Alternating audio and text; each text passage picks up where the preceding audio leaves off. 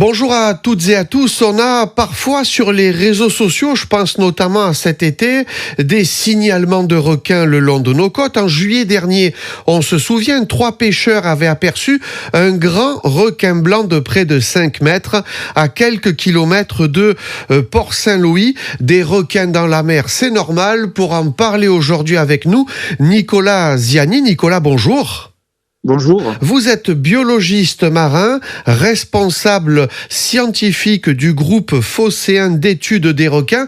Je le disais, des requins dans la mer, on y pense, mais c'est normal. Oui.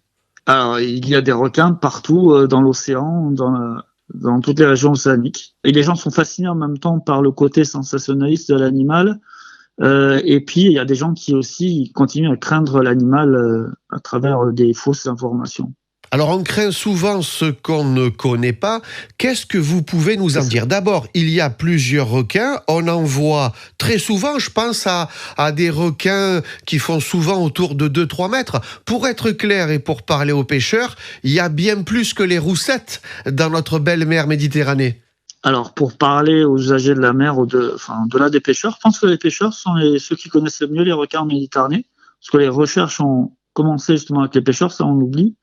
Donc on a des espèces qui des fois cohabitent même avec la présence des plagistes, mais en fait ils sont distants de l'homme. En Méditerranée, il y a 50 espèces qui sont plus menacées que menaçants.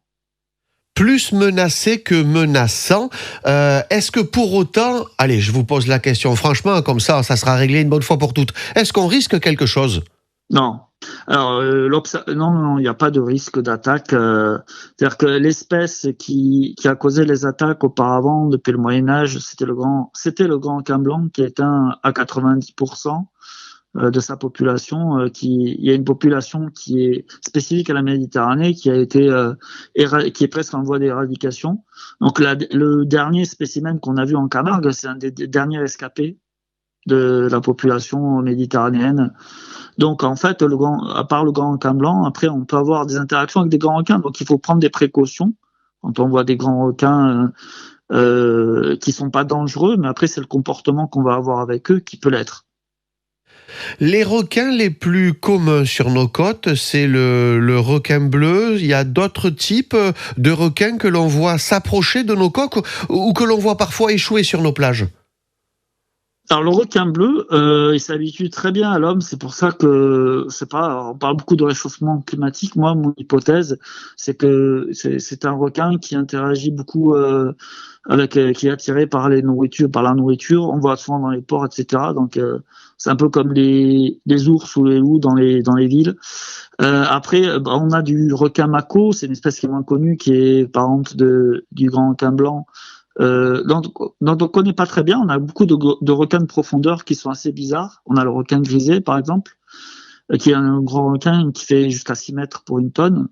Alors, soit ils sont larges, beaucoup les requins. On a une 50aine d'espèces. Ça va de la saumonette, la petite roussette. Vous avez les émissoles, qui sont communs sur les herbiers de Posidonie, par exemple.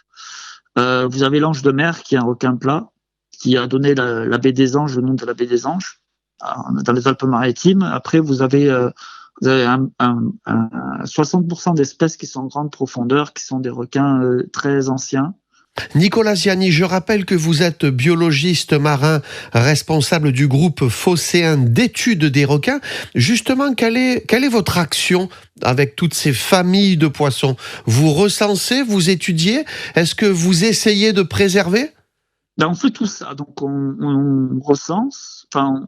Alors, on récolte les observations. Donc, on invite tous les usagers de la mer, soit de Marseille ou des eaux méditerranéennes françaises, de nous envoyer leurs observations. On a un site, on a une page Facebook.